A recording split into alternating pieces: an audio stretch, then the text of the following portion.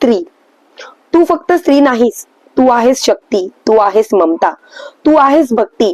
तुझ्या विना अपूर्ण जग हे सारे, तुझ्या त्यागाने उजळती घरधारे. नमस्कार, तुम्हा सर्वांचं माझ्या चॅनलमध्ये मनापासून स्वागत. उद्या आहे 8 मार्च, जागतिक महिला दिन.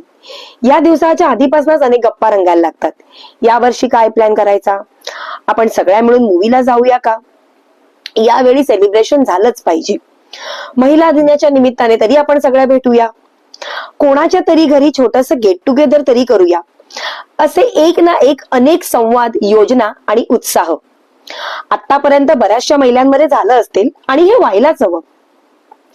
कारण महिला दिवसाच्या निमित्ताने ज्या महिला रोजच्या धावपळीतून, घराच्या जबाबदाऱ्यांमुळे किंवा परिस्थितींमुळे बाहेर पडत नाहीत, त्या देखील आवडीने घराबाहेर पडू लागतात.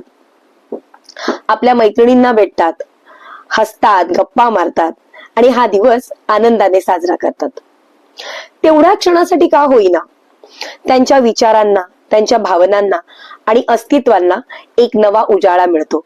म्हणूनच 8 मार्च जागतिक महिला दिवस हा केवळ एक उत्सव नाहीये, तो प्रत्येक महिलेच्या हक्काचा, संघर्षाचा आणि सन्मानाचा दिवस आहे. आज अगदी लहान मुलींपासून ते आजींपर्यंत सर्व स्तरांवर महिला दिन साजरा केला जातो.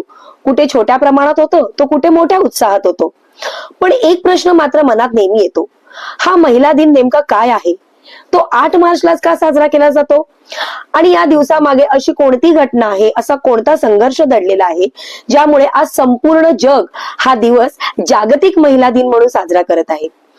याच इतिहासाची आणि या दिवसामागची प्रेरणेची कथा आपण पुढील भागात घेऊया. तोवर स्वस्त राहा, मस्त राहा.